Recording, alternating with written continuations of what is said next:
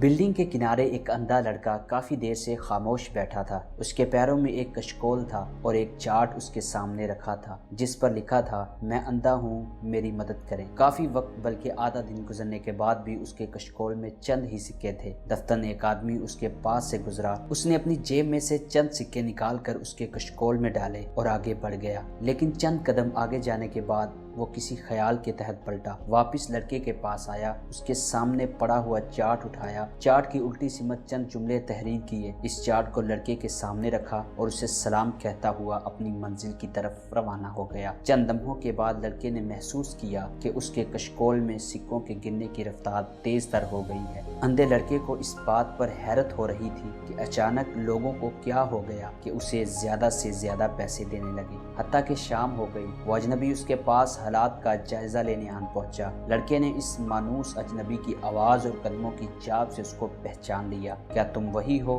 جس نے صبح میرے چارٹ میں تبدیلی کی تھی؟ اجنبی: ہاں میں وہی ہوں۔ لڑکا: آپ نے کیا لکھا تھا؟ اجنبی: کیوں، کیا ہوا؟ لڑکا: آپ کے جانے کے بعد کشکول میں سکوں کے گرنے کی رفتار یکدم تیز ہو گئی تھی۔ اجنبی: واقعی؟ لڑکا: جی ہاں، اسی لیے تو میں پوچھنا چاہتا ہوں کہ آپ نے کیا لکھا تھا؟ اجنبی: صرف سچ لکھا تھا، لیکن تمہیں کیسے پتا چلا کہ میں نے تمہارے چارٹ میں تبدیلی کی ہے؟ لڑکا: اس طرح کہ جب آپ گئے تو لوگوں کے رویے میں اچانک تبدیلی آ گئی۔ اب لوگ سکے دینے کے ساتھ ساتھ پیار کا اظہار بھی کر رہے تھے۔ جلد ہی مجھے بہت سے سکے بھی مل گئے اور میں نفرت کا شکار بھی نہ ہوا۔ اجنبی: واہ واہ، بہت خوب۔ لڑکا: لیکن آپ بتائیں تو صحیح، کیا لکھا تھا آپ نے؟ اجنبی: میں نے وہی لکھا جو تمہارے لکھنے کا مطلب تھا، لیکن میں نے انداز مختلف اختیار کیا۔ میں نے لکھا تھا، آج کا دن خوبصورت ہے، مگر افسوس میں یہ خوبصورت دن نہیں دیکھ سکتا۔ اس سادہ سی کہانی میں ہمارے لیے بہت کچھ ہے۔ جو کچھ آپ کے پاس ہے اس پر شکر گزار رہیں کہ بہت سوں کے پاس اتنا بھی نہیں ہے۔ جہاں کہیں بھی جس قدر بھی ممکن ہو مدد کریں۔ ہمیشہ تخلیقی انداز میں سوچیں،